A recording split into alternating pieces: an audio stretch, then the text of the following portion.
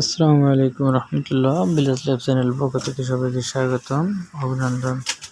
আজকে একটা ইউনিক পর্বে এখান থেকে প্রায় আরও অনেক দিন আগে আমি আপনাদেরকে জানিয়েছিলাম যে আমি আমার শোল্ডার ডিসলোকেট হওয়ার কারণে আমি একটা হাত ব্যবহার করতে পারতেছি না। তো আজকে চেষ্টা করতে গেলাম একটা হাত ছাড়া কীভাবে পায়ের সাহায্য নিয়ে এই লাইটটা সেট আপ করা যায়। তো এই একটা হাত দিয়ে কাজ করা আসলে অনেকটা কষ্টকর। আল্লাহ তাআলা আমাদেরকে পূর্ণাঙ্গ হিসেবে তৈরি করেছেন। একটা অঙ্গ প্রত্যঙ্গের আর একটা অঙ্গ প্রত্যঙ্গের কতটা সহজ সেটা আমি এখন বুঝতে পারতেছি। একটা সময় হয়তো আমি হাতের যত্ন নিইনি, শরীরে কোনো কেয়ার করিনি, কিন্তু এখন বুঝতে পারতেছি একটা হাতের অভাবে মানুষ কতটা অচল হয়ে যায়, যেটা এই ভিডিওর মাধ্যমে অনেকটা প্রকাশ পেয়েছে। আমি কিছু কথা বলতে বলতে আমি ভিডিওটা কমপ্লিট করব। এটা আনকাট একটা ভিডিও, 5 মিনিট 21 সেকেন্ডের। আমি 5 মিনিট 21 সেকেন্ডে আমার নিজের কিছু কথা বলবো, সবাই মনোযোগ দিয়ে শুনবেন। 2012 সালের দিকে আমি ছোট একটা অ্যাক্সিডেন্ট করে সাইকেলে করে, তো বাইসাইকেল, তো সেই অ্যাক্সিডেন্টের কারণে একটা চোট পাই, বেশ কিছুদিন ধরে অসুস্থ ছিলাম।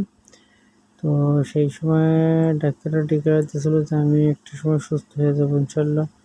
তো আমি পরবর্তীতে গুরুত্ব না দেওয়ার কারণে আজকে দেখেন আমি কত বড় বিপদে পতিত হয়েছে।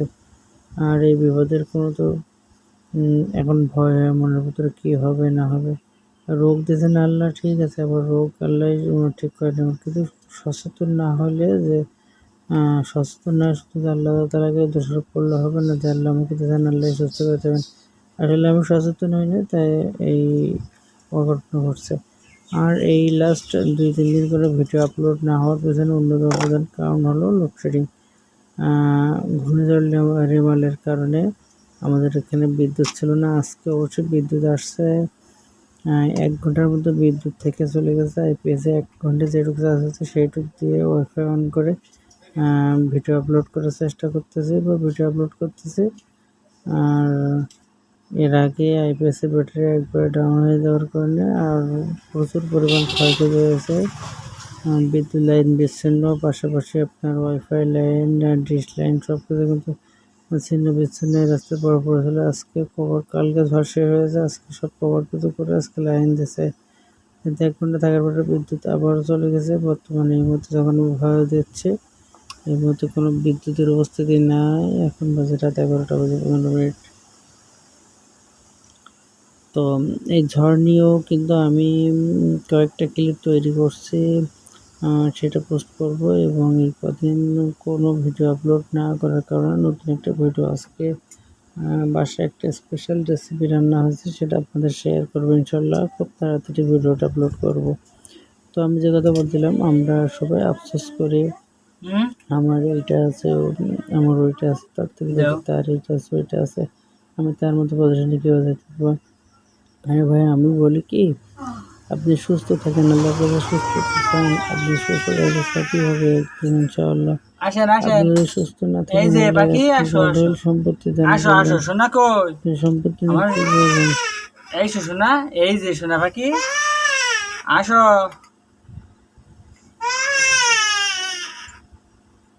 সেই জন্য সবসময়